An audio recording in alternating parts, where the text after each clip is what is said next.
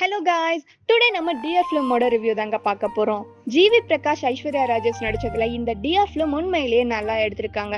நெட்ஃபிளிக்ஸ்ல தாங்க ஸ்ட்ரீம் ஆகுது. மணிகண்டன் நடிச்ச குட் நைட் படத்துக்கு அப்புறம் அதே கான்செப்ட்ல இந்த படம் இருந்தாலுமே இந்த ரெண்டு படத்துக்கும் கொஞ்சம் கூட சம்மந்தம் இல்லாம எடுத்தது மிகப்பெரிய சல்யூட் தாங்க கொடுக்கணும். ஜிவி பிரகாஷுக்கு அம்மா ரோல்ல நடிச்ச ரோகிணியோட அட்வைஸ் எல்லாருக்குமே பொருந்துற விதமா தாங்க அமைஞ்சிருக்கு. ஐஸ்வர்யாவோட அப்பாவா இளவரசி எப்பவும் போல ரொம்ப கனிவா நடிச்சிருக்காருங்க.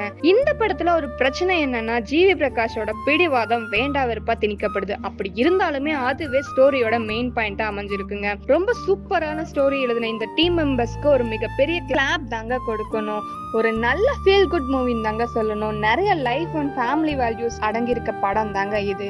கண்டிப்பா படத்தை பார்த்து என்ஜாய் பண்ணுங்க. Bye all. மேலும் பல சினிமா செய்திகள் மற்றும் பிரபலங்களின் நேர்காணலுக்கு கச்சேரி சேனலை சப்ஸ்கிரைப் செய்யுங்கள். லிங்க் டிஸ்கிரிப்ஷனில் உள்ளது. மறக்காமல் பெல் பட்டனை அழுத்தவும்.